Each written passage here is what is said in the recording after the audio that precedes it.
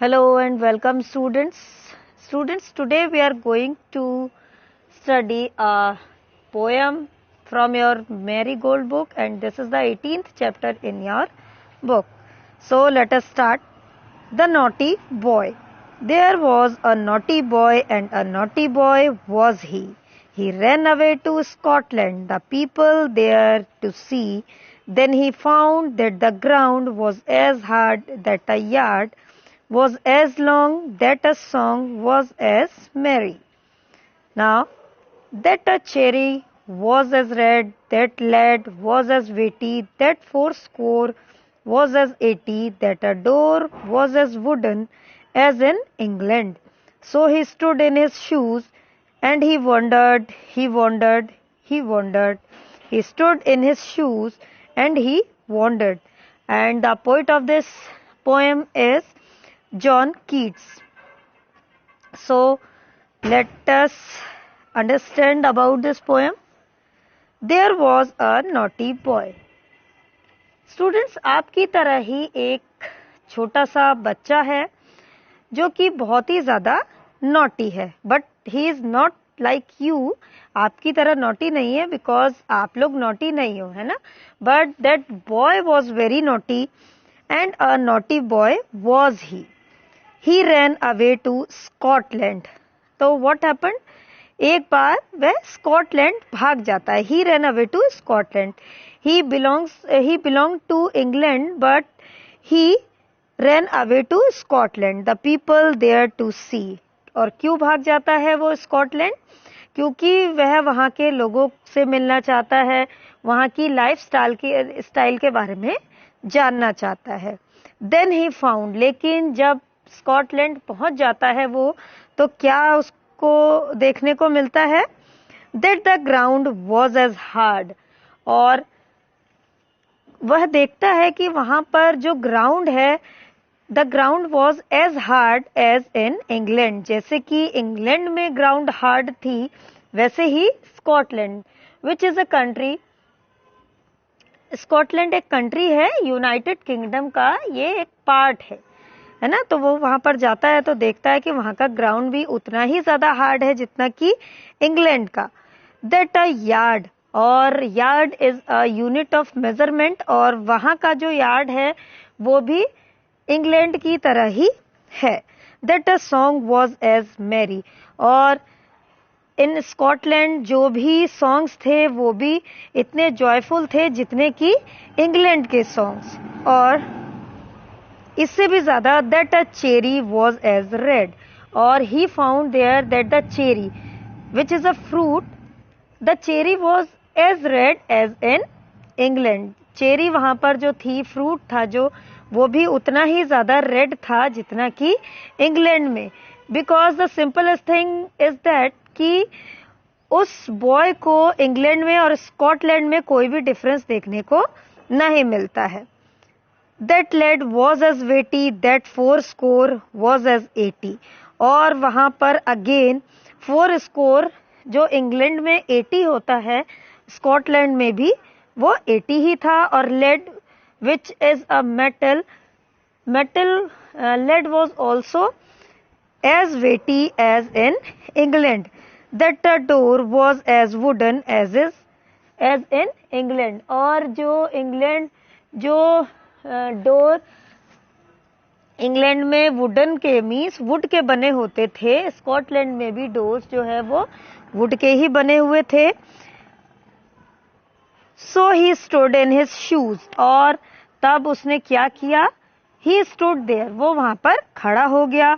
And he was wearing his shoes, वो अपने shoes पहना हुआ था. और ही सरप्राइज टू सी एवरीथिंग, वो बहुत ही ज्यादा सरप्राइज होता है सारी चीजों को वहां पर देखकर. And this was the poem. So let us know about the new words of this poem. First word is naughty, second found, third ground, merry, cherry, weighty and wooden. Now reading is fun. From where did the naughty boy come, कहां से जो है वो naughty boy आया था. तो कहां से आया था naughty boy? He came from England. कहाँ से आया था? इंग्लैंड से आया था. जो नॉटी बॉय था, he came from England. Now next, where did the naughty boy go? और नॉटी बॉय कहाँ पर गया? went to Scotland. He went to Scotland. Now, where did he go there? और वो वहाँ पर क्यों गया था? Why did he go there? कहाँ क्यों गया था वो? Because he wanted to know about the places, people, things and fruits of Scotland. क्योंकि वो स्कॉटलैंड के लोगों से मिलना चाहता था, वहाँ की जगहों को देखना चाहता था, and he wanted to know about the fruits and things also. Now the fourth question is, what did the boy wondered about? तो किस किस चीजों का उसको सरप्राइजनेस होता है? क्यों सरप्राइज होता है वो? ग्राउंड को देखकर, वहां के सॉन्ग को, फ्रूट्स को, लेड को एंड द 4 स्कोर ऑफ 80 को देखकर, और जो स्कॉटलैंड के डोर्स हैं उनको देखकर he was very wondered. Now next, what do you think the naughty boy would see in India? Suppose अगर naughty boy इंडिया में आता तो वो किन किन चीजों को देखकर जो है वो सरप्राइज होता, या उसको क्या क्या चीजें देखने को मिलती इंडिया में? उसको रिवर्स देखने को मिलती है ना, और डिफरेंट काइंड के मॉन्यूमेंट्स देखने को मिलते, एंड नई नई जगहें उसको देखने को मिलती. Now next activity is, naughty is a describing word. Can you find more describing words in this मेज? ये एक मेज है, इसमें आपको कुछ डिस्क्राइबिंग वर्ड्स जो है वो सर्च करने हैं, एंड ये जो ब्लैंक्स है यहाँ पर आपको फिल करना है. जैसे the peacock is a beautiful bird, तो आपको ये ब्यूटिफुल इस मेज में सर्च करना है. Pinocchio is a naughty puppet. I saw an ugly quarrel. Morning exercises make you healthy. A glass of milk makes you your teeth strong. Now next, रीता's rude behavior annoyed me.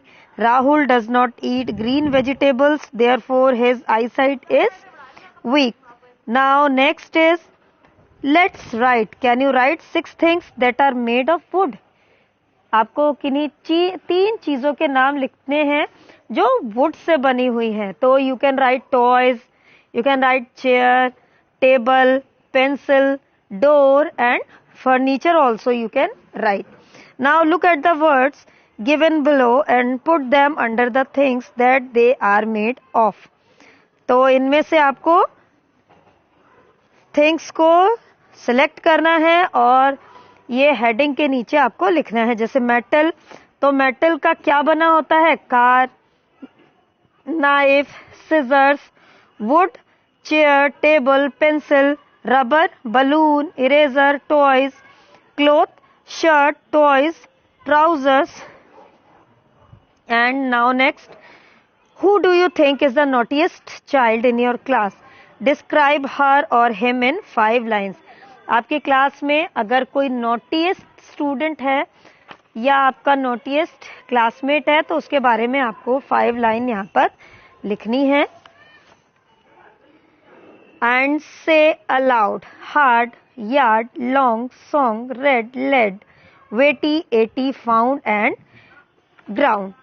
So this was the book exercise of this chapter.